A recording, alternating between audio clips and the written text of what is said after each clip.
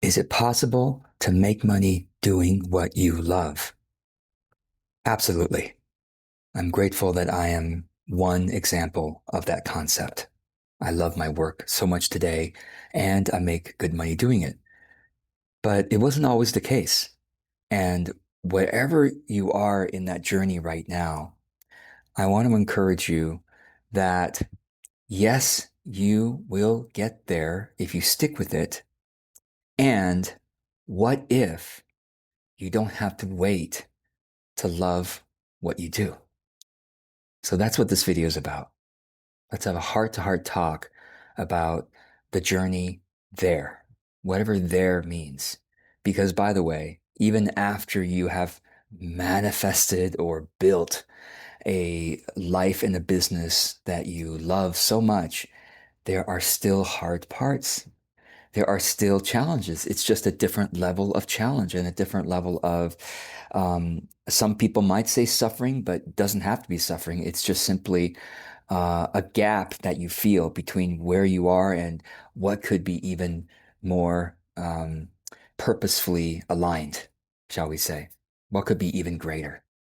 So, wherever you are, there is always going to be, as a human being who wants to uh, evolve, who wants to become better, there's always going to be more.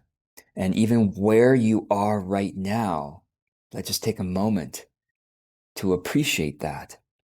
Where you are right now compared to where you were in the past before you have learned all the things you've learned to get to this point, before you have built the habits, some good habits, and yes, we all have bad habits that we're also working on releasing and replacing with good habits. But where you are now is to be appreciated. Otherwise, you will not be able to step forward from a footing of gratitude and of a positive mindset.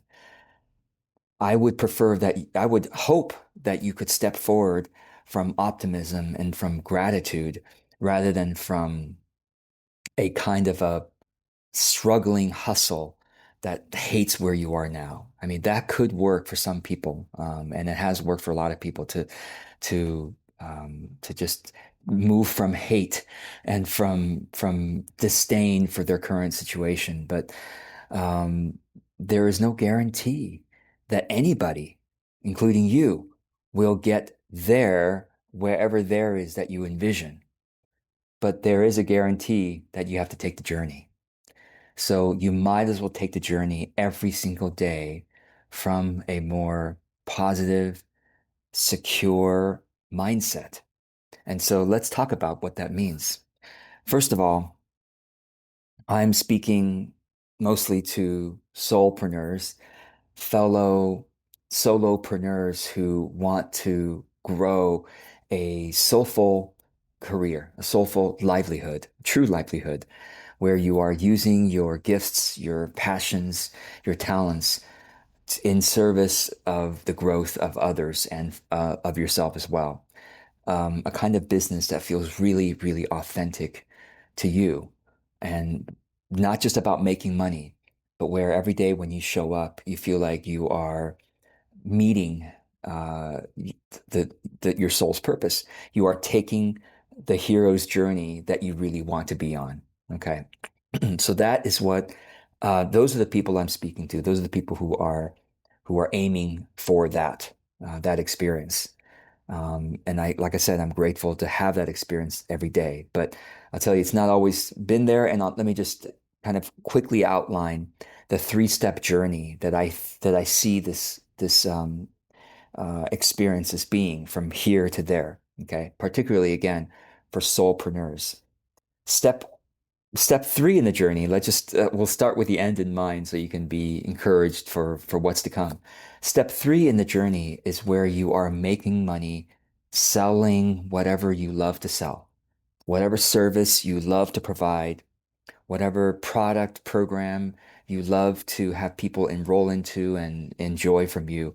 You are making good money selling the thing you love to do for with others how you like to play with your clients, work with your clients, help them transform, solve their problems, help them reach goals, give them some kind of experience.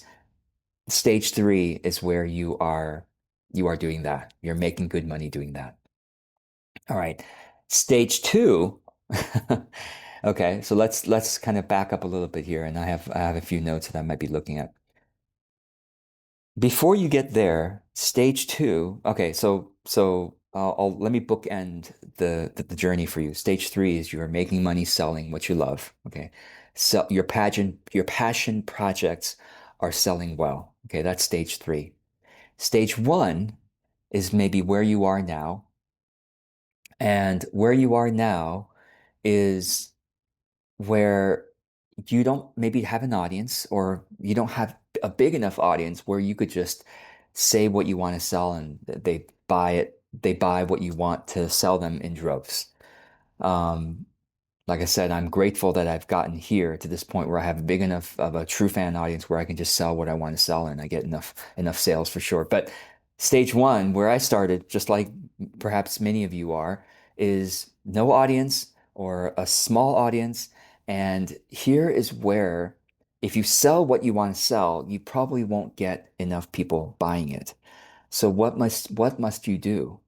Let's be clear about the truth.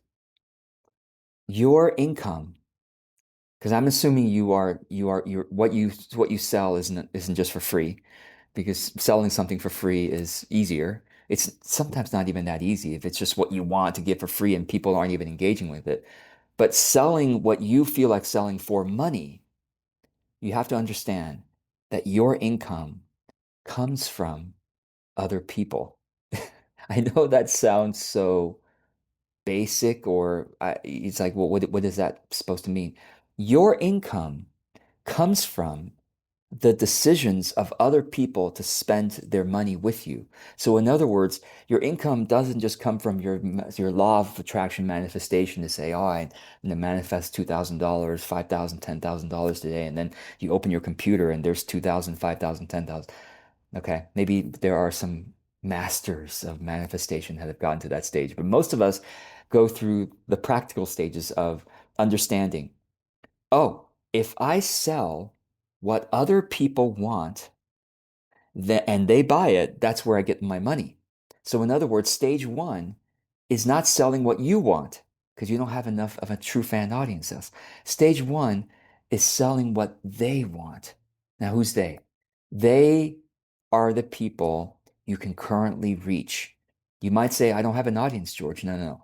All of us have an audience, even whatever stage you're at. Who is your audience right now? The people that you can reach and the people that they can refer to you. So your friends, colleagues, classmates, former colleagues, acquaintances, maybe even family. Now, I'm not saying you're going to go to your friends and family, and go, oh, please buy this from me. But what you do is you go to the people you can already reach, your network, your existing network. It might not be thousands, but you probably have at least 50, 100 Facebook friends, or 50 or 100 LinkedIn contacts, or just looking at your phone book and looking at the people that you have sent text messages to, that you've emailed. Really, look at the people you've emailed and sent text messages to. These are the people that you, and who reply back to you. These are the people that you can already reach. Now, they might be ending up being some of your first customers and clients, or they might refer people who become your first customers and clients. Okay.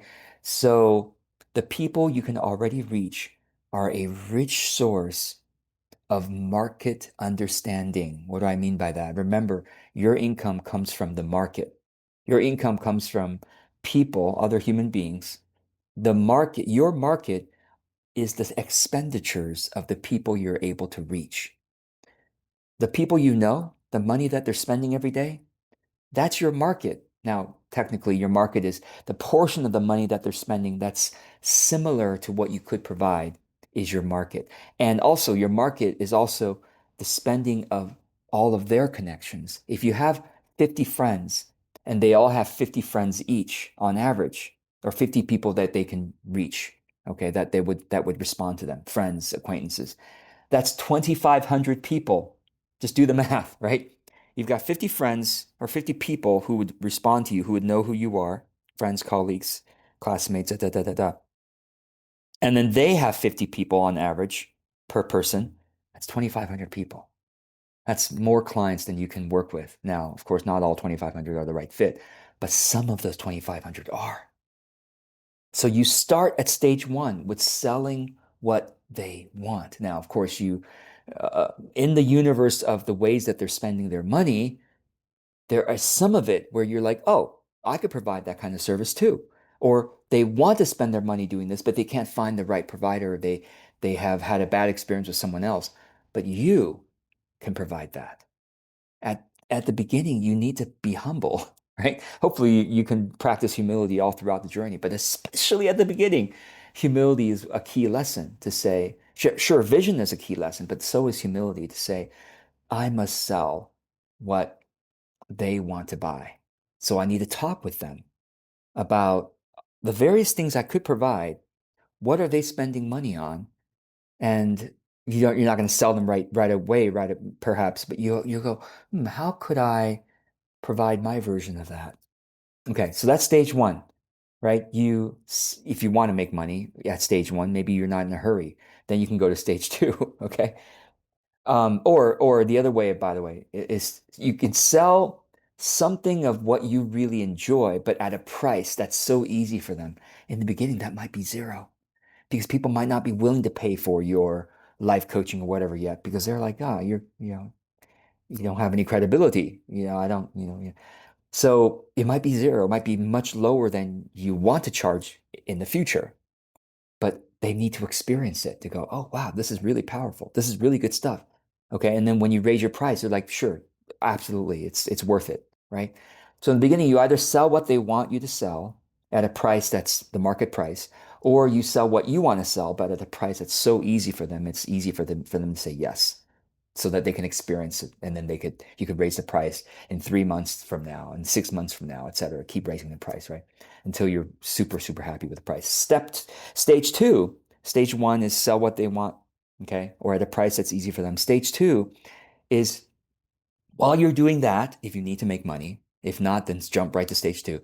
You are growing a true fan audience by posting authentic content, expressing your energy signature, as I like to say. You are doing it consistently in service to your audience, sharing helpful information, inspiring information, and sharing it from your own authentic self. Video is a great way of doing it, but writing as well. And by doing this consistently, you start to notice what people resonate with. Of all the pieces of content you post, they resonate with certain ones. And then you make more content like that. Remember, sell what they want. You give them what they want, right?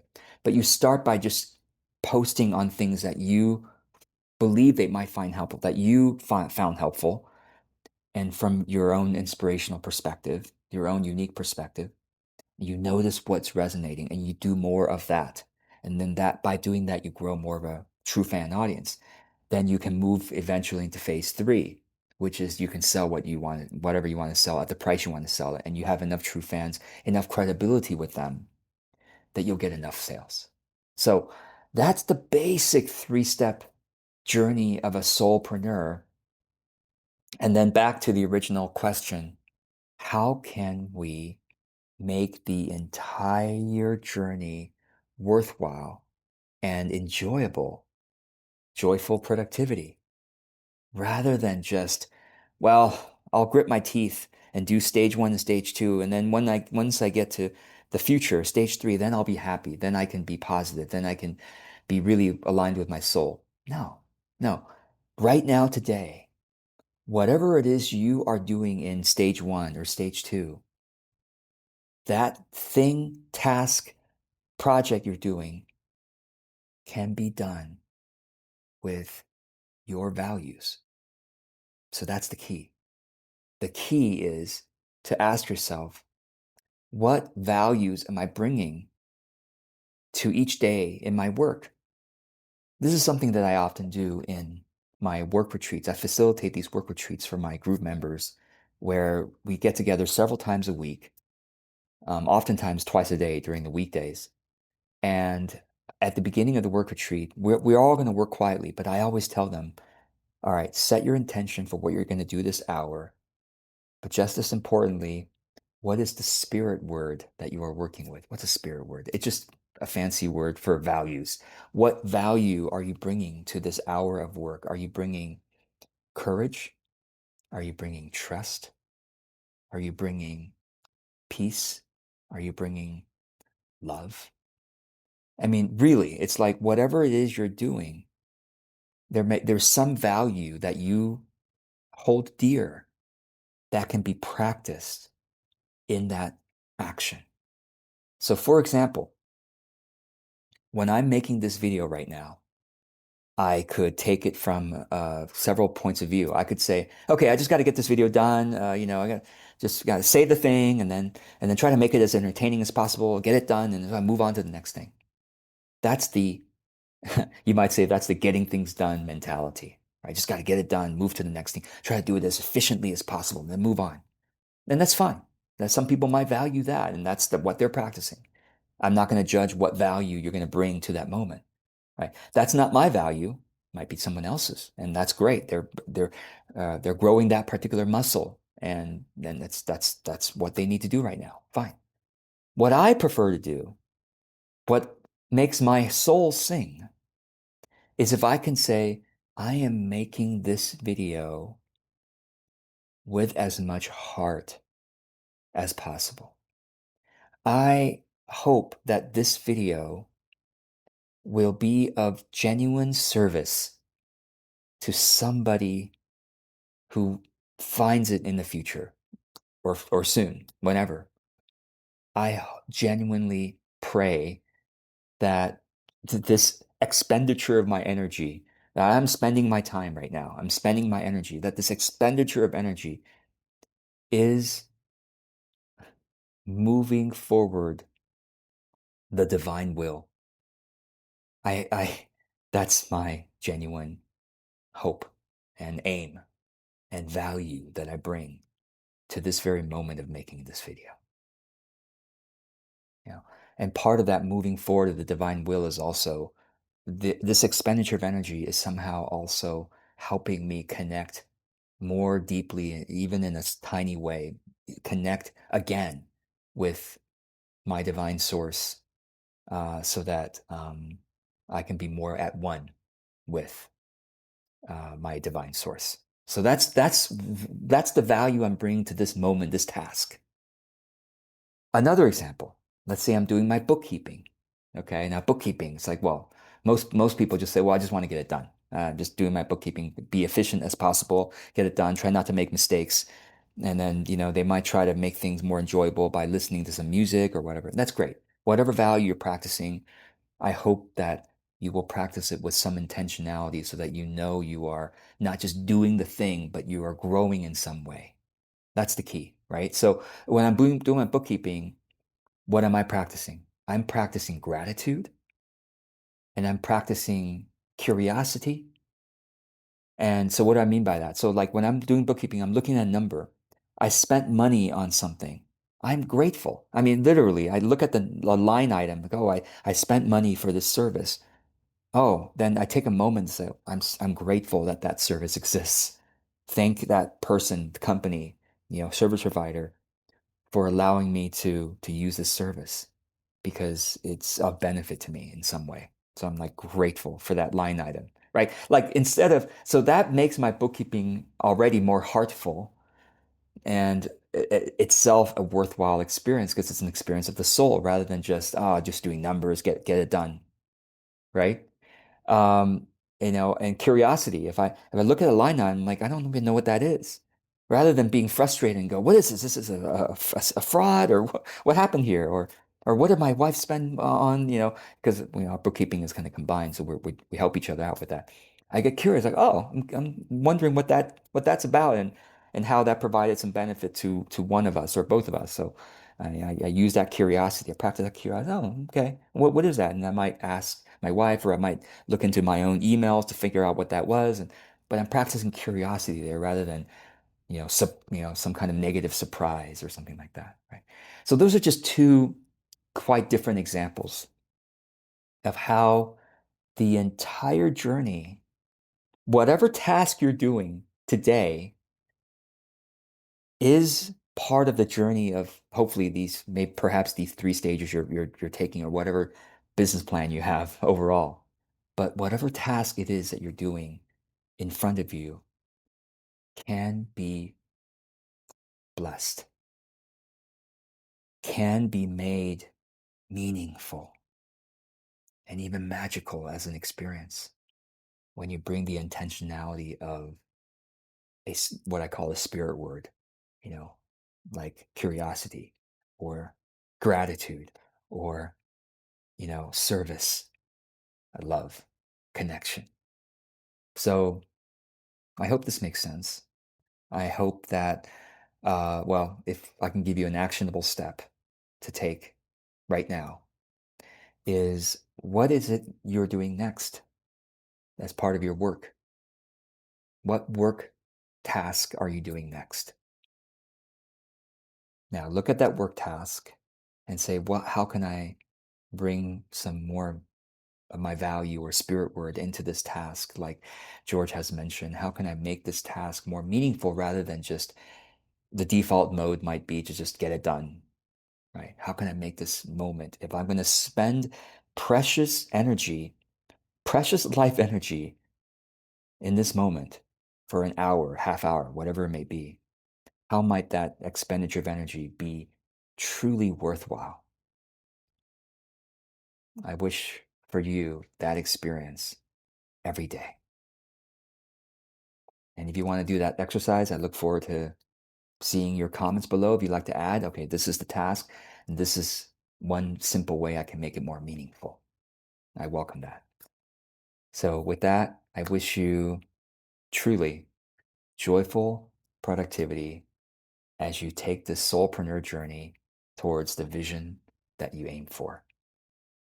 Be well. Thanks for joining me.